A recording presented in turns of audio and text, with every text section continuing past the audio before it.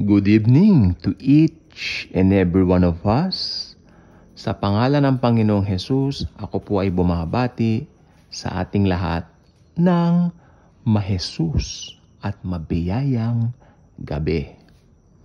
Okay, so ang ating pong pag-aaralan ay tungkol sa events na mangyayari, biblical events na ito ang magbubukas para sa katapus-tapusan ng kalahat-lahatan. Again, events that will lead to the end of everything. Ang system, ang mundo, lahat ng ito matatapos. May end of the world ba? Sabi ng Bible, yes na yes na yes. Events of the world that will lead to the end. Mga bagay na mangyayari para buksan ang katapusan ng kalahat-lahatan. Kapuspusan man yan ng kalahat-lahatan, ito ay magkakaroon din naman, ika nga, ng naturang katapusan. Okay, so ano ang unang event? Unang-una, natanong na po ba ninyo ang ating mga sarili? Sa ngayon, nasaan na po ba tayo? Ito po ang church age. Grace age. Libreng kaligtasan dahil ang kaligtasan ngayon ang pinakamasarap na makamtan. Wala kang gagawin. Tanggapin mo lamang ang Panginoong Hesus. Paniwalaan mo lang yung ginawa niya sa krus. Ligtas ka na. Ako po ba ang may sabi nito? Hindi po. Yan po ang naturan sa 1:3:16. That's what it said here in John 3:16. For God so loved the world that indeed He gave Jesus. And anyone who believes in Jesus will not perish but will have eternal life forever and ever. Okay? So, kung ikaw ay nanampalataya na sa Panginoong Hesus, binabati kita. Sobrang galak ako na ikaw ay makakasama namin anytime now. Dito sa unang event na aking babanggitin. Ito po yung mga events na maglilid sa katapus-tapusan at kapuspusan ng kalahat-lahatan. Tatapusin na po lahat yan. Okay? Pero may events na maglilid bago dyan. Ano na po yung hinihintay natin ngayon? The rapture of the church. Take note, meron po ako mga talata rito. So, rapture of the church.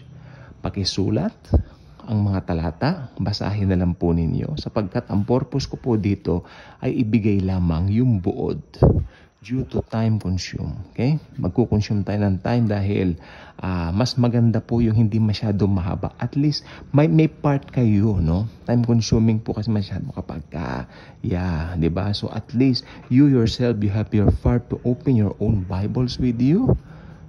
Maski ulit-ulitin niyo itong video ito, ano naman, di ba? So kung talagang gusto niyo mag-aral, do it. Rapture of the church, ito po ay matatagpuan sa 1 Thessalonians chapter 4 verses 13 to 18. Again, 1 Thessalonians chapter 4 verses 13 to 18. Then after the rapture of the church, ito na po yung tinatawag natin na papasok na ang the 7 years of tribulation. 7 taon ng kapighatiang walang pangalawa. Kapighatiang walang kapara. Kapighatiang walang katulad. 7 years of tribulation. Tandaan po ninyo, ang 7 sa Bible is perfect. Pag sinabing 7 years of tribulation, perfect tribulation na walang katulad. Simula nung lalangin ng sanlibutan noong una pa man, hanggang sa katapos-tapusan nito, walang makakatulad nga ika, di po ba? Talata natin dito sa 7 years of tribulation, Daniel chapter 9 verse 27. Daniel chapter 9 verse 27. Okay? So ang 7 taon pong ito ng ng tribulation ay hati sa dalawa. first 3.5 years. Ito po yung makikipag-peace treaty ang Antikristo. At makikipag-deal sa mga Hudyo na yes, I will take good care of the rebuilding of your third temple. Magiging maamunto pa sa umpisa ang Antikristo. Siyempre, ito na rin po yung kanyang paglantad. Okay? First 3.5 years ng tribulation, ito po ay katatagpuan dito po sa Revelation chapter 6 verse 9. Again, Revelation chapter 6. Revelation chapter 6 up to chapter 9. Yes, okay? Again, Revelation chapter 6 to chapter 9. Mahaba-habang pagbabasa po yan. Magbasa-basa naman tayo, okay? And then yung second part ng tinatawag nga pong ng tribulation. Hindi lang po ito basta second part. Great tribulation na po ito eh. Okay. Ito po ay matatagpuan po natin. Verses po itong babanggitin ko. Revelation chapters 15 to 16. Okay. Basahin natin mamaya yan pagkatapos niyong mapakinggan at mapanood ito. Basahin nyo. Isabay niyo po rito. Revelation chapter 15 and 16. Okay. Ang tungkol po sa Great Tribulation, kung gusto po ninyo mapag-alaman kung ano po ba ito, ay meron po siyang sininggle out. Ang Panginoong Hesukristo ang nangungusap dito. Binabanggit ni Jesus dito ang Great Tribulation. Buksan po ninyo sa Matthew chapter 24 verse 21. I hope you're with me, para hindi kayo malito. Kasi meron akong binigay na chapters na tawag dito, babasahin niyo buong chapters. Ngayon may binibigay din naman ako sa inyo na chapter, tapos may isang verse. Itong Great Tribulation, kung gusto niyo malaman, nasa Matthew chapter 24 verse 21. Okay, gusto niyo rin pong malaman, ito rin po ay tinatawag na the time of Jacob's trouble. Tandaan po ninyo, ang lahing Israel ay angkan po ni Jacob. Sapagkat yung Jacob, pinalitan later ng Israel. Kaya nga po, Jacob's trouble. Jeremiah 30 verse 7. Yan po ang talata. Jeremias 37. Okay. So, this is it. Ang events na nabanggit na po natin ay ito pong rapture of the church, tapos yung 7 years of tribulation. Tayo po na-rapture na po tayo that this time, nandun po tayo sa langit, nagbibigay si Jesus ng reward sa atin, sa kanyang Bema Seat. Bema Seat of Christ. Ito pong pagre-reward ni Jesus ito. Actually, judgment po ito sa mga believers. Hindi para hatulan tayo sa apoy ng impyerno. Hindi po. Magbibigay lang po siya ng reward kung paano natin ipinamuhay o isinapamuhay ang, I hope namin Tagalog ko, isinapamuhay. Maling ba? Isinapamuhay ang ating Christian life, ang ating born again life dito sa mundong ibabaw. So magbibigay si Jesus ng crowns, mga corona. Hindi po natin alam kung paano yan. Okay? Basta ang alam lang natin, may rewarding sa langit. Pagkatapos ng rewarding sa langit, ng 7 years, tapos na rin yung 7 years siyempre sa lupa. Iisa ang bilang dyan. So, pasok na po yung tinatawag na second coming of the God of Gods, Jesus Christ. Second coming of the God of Gods, Jesus Christ, ito po naman ay nakatala sa pahayag 19, mga talata 11 hanggang 21, Revelation chapter 19. Nakuha niyo po? Revelation chapter 19 verses 11 to 21. Basahin po ninyo yan.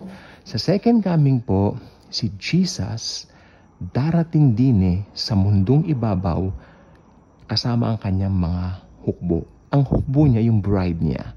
The bride of Christ. Sino po yon? Ang mga born-again Christians. Tayo po yon. Palakpakan naman natin ang Panginoong Yesus. Okay. Sa rapture of the church, He will get His bride. Tayo po yon. Pero sa second coming of God of Gods, of the God of Gods, Jesus Christ, Jesus is coming with His bride at His back. Palakpakan natin si Jesus. Talata, uulitin ko, mahalaga po ito. Revelation chapter 19, verses 11 to 21. Tapos, Ito na po. Exciting. Exciting. Okay. Ito na po, since nagbalik na po ang Panginoon sa lupa, pasok na po yung the millennial reign of Jesus. Teka, nasaan na si Taning during this time? Ibigay muna natin yung nangyari kay Taning.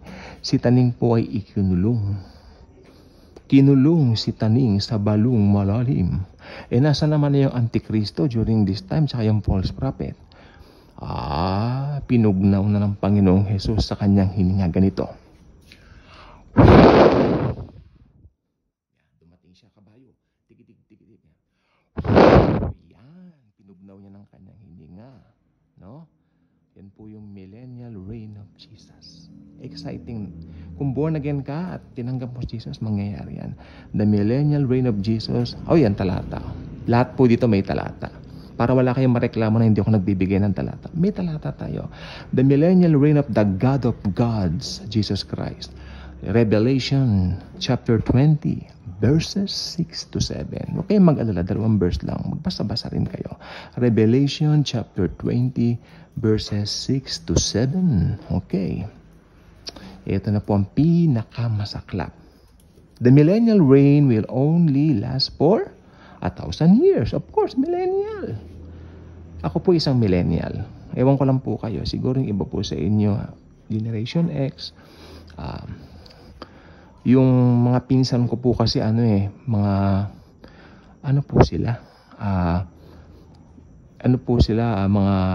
yung generation na bago ngayon, Y generation yata, no? Mga ganyan.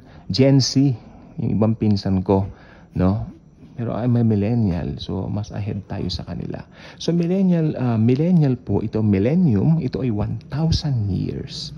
Okay, natanong niya na po ba? Okay, dito po sa millennial reign na ito, okay, ay nasaan na po ngayon si Satanas? Huwag niyo pong kalilimutan, siya po ay ikinulong. Siya po ay ikinulong sa balong malalim. Hindi po ba? Pero pagkatapos po kasi noon, siya rin po ay pinakawalan para makapag-deceive. Okay, nung nakapag-deceive na po siya, nagkaroon din po ng tinatawag na battle. Gusto nilang labanan si Jesus. Yung mga kampon na na-produce niya doon sa millennial reign. Kasi may mga pinanganak po roon na mga tao. Di po ba? Kasi yung iba po na pumasok doon, hindi po glorified body, iba mga Hudyo. So nag-produce po ng maraming mga anak sila.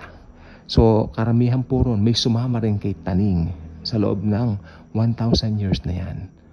Okay. Hindi po ba? So, yun po ang nangyari. Kasi pinakawalan po siya right after that. So, ibig sabihin, meron pa rin pong mga sumunod doon sa kanya. Yes. So, kaya pinakawalan po si Satanas para matest yung mga ipinanganak during the millennial reign. Matest kung, anong tawag dito? Ako tanong ko rin po dati yan. Ba't hindi na lang pabayaan yung mga pinanganak ako sa millennial reign? Diba? Para at least tuloy-tuloy heaven. Ay, hindi. Sabi nung isang nagpaliwanag sa akin, kailangan din nilang dumaan sa pagsubok kung susundan nila si Jesus o si Satanas. So, marami rin pong sumunod unfortunately, kaya pasok na po sila doon sa Great White Throne Judgment. Mga Bibles po please. Revelation chapter 20 verses 11 to 15. Lahat po ng mga hindi mananampalataya ni Jesus since the beginning of time, since the Old Testament time, since the church age, and since the millennial reign, lahat ng mga nag-reject sa gospel ni Jesus, bubuhayin po silang muli. Ngayon po, sila po ay nakadetain pansamantala sa Hades, sa Hades. Wala pa po sila sa Gehenna, yung tinatawag na maapoy na impyerno. Okay, so ang unang itinapon lang po roon yung false prophet at saka yung Antichrist. Hindi po ba? So, sa Great White Throne Judgment, hahatulan na po lahat ng unbelievers since the beginning of time. Kaya kung may kilala kayong mga unbelievers na alam nyong hindi tumanggap kay Jesus, mabubuhay po sila noon with a flesh, literal flesh, no? Kasi ngayon po yung mga kaluluwa nila nasa Hades. Temporary detention niya ng mga unbelievers. Okay? Pero sa Great White Throne Judgment, bubuhayin silang muli para itapon ng sabay-sabay sa impyerno. What I mean is, Gehenna, maapoy na impyerno. At doon na rin dadalhin si Satanas. For the first time, itatapon na po si Satanas doon. And then, again, nabanggit ko ba yung Great White Throne Judgment na verses? Okay, ulitin ko. Revelation chapter 20 verses 11 to 15. Okay? So, dito po sa panghuli, ito na po yung eternity. Or pwede nating isabi na new heaven and new earth. Pero mas maganda sabihin natin, ito na po yung eternal life. Okay, umpisa na. Then, nag-umpisa na po eternal life when we receive Jesus. Pero ito na po, ibig sabihin kasi new heaven and new earth. Tapos na lahat eh. Tapos na yung mga pasakit. Tapos na lahat. Tapos na. No? Ito po ay mababasa buong chapter ng Revelation 21. Alam naman na po natin yan. Ay, yung come Lord Jesus para matapos na lahat. Diba? Yun yung pinakahuli niyan. So, ayan po. Basahin niyo pong mabuti yan. New heaven and new earth. Revelation chapter 21. Ito na po yung eternity. We will be with Jesus forever and ever. I hope, yan po nakuha kong picture na pinakamalapit. Ang ganda po ng larawan na yan. Tuwang-tuwa ako dyan. So, tamang-tama sa aralin natin. So, I hope kayo po ay nakapag aral mabuti dito sa ating ibinigay na mga verses. So, again, ano po yung mga events na magli-lead sa katapos-tapusan ng kalahat-lahatan? Mag-uumpisa po yan sa rapture of the church, 7 years of tribulation. Sa 7 years of tribulation, mayroong first 3.5 years, yung tribulation, at yung 2.5 years nito, yung the great tribulation. Okay? Tapos, susunod na yung second coming of Jesus, millennial reign of Jesus, Great White Throne Judgment, where lahat ng unbelievers since the beginning of time, hanggang sa katapos-tapusan, ay lahat ng mga nag-reject sa gospel, susunugin ng buhay sa Gehenna. Maapoy na impyerno.